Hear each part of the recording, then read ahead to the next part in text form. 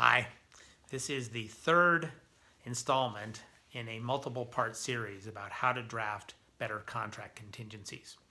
In this presentation, we're talking about the notion that if you've decided you absolutely must draft an additional provision, and if supplementing the existing language in the pre-printed contingencies in the contract that you're working with will not suffice, then another key decision to address is, are you writing a clause that is an affirmative obligation? I'll explain what that means in a minute. Or are you drafting a clause that's a contingency? Let me try and explain this through giving you an example.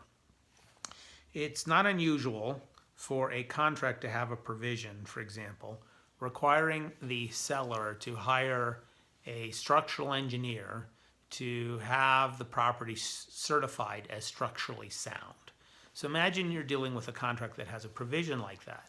It goes under contract, the seller hires the structural engineer. Much to the surprise of the seller, the structural engineer comes back with an opinion that the house is not structurally sound. Well, then who's obligated to do what? Now, you may have a situation where there's no controversy at all. The seller is motivated to sell the house. The seller realizes that the seller is going to have to deal with this problem with this buyer or any other buyer, so that the seller is willing to spend the bucks to make the house structurally sound. But what if the seller is surprised by the findings and does not want to spend the money to make the house structurally sound? You know, the seller wants to go to plan B and sell it to somebody who will take the house as is or hang on to the house with its current risk. For whatever reason, the seller might have the expectation that the deal is off.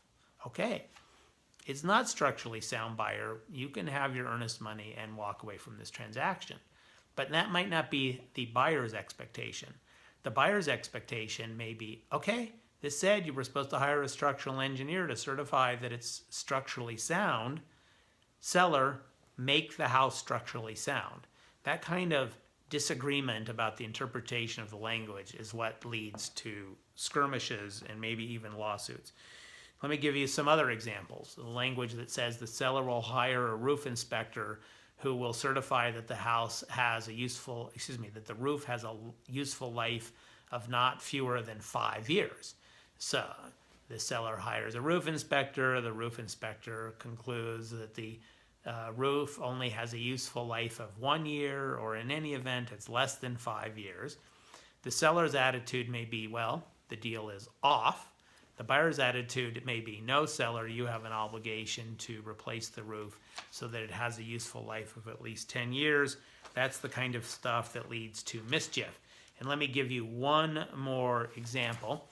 A clause may be written that obligates the buyer to provide proof of funds, that the buyer has the funds with which to make the cash due at closing payment when the transaction is supposed to close.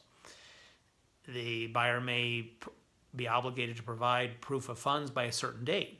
Well, what if things don't go the way the buyer expects and the buyer is not able to sell the stock for as much as they thought? The buyer is not able to get the gift for as much as they thought. The buyer may not be able to get the gift at all. The buyer's thinking is, well, deal's off. Seller's expectation is, no, you're in default under the contract. I get to keep your earnest money. We got to be clear.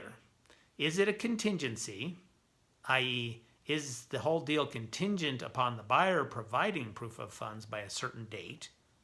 Or is it an affirmative obligation where if the buyer does not come up with a proof of funds by a certain date, is the buyer in default under the contract? That's the difference between an affirmative obligation and a contingency.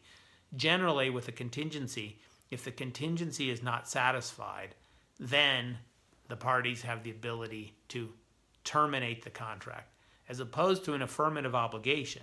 If the affirmative obligation is not satisfied, then the party who is supposed to perform that affirmative obligation, certify the roof, certify the structural integrity, come up with a cash due at closing. If the party's unable to do that, they're in default under the contract. Which is it? That's the third step in trying to write additional provisions. After first seeking to avoid writing anything at all, after second seeking to merely supplement pre-printed language, your third task is to decide, am I writing a contingency or am I writing an affirmative obligation? Ladies and gentlemen, we'll come back with the last installment, installment number 4, about how to draft better affirmative obligations, how to draft better contingencies. In the meantime, be careful. We live in a complex world.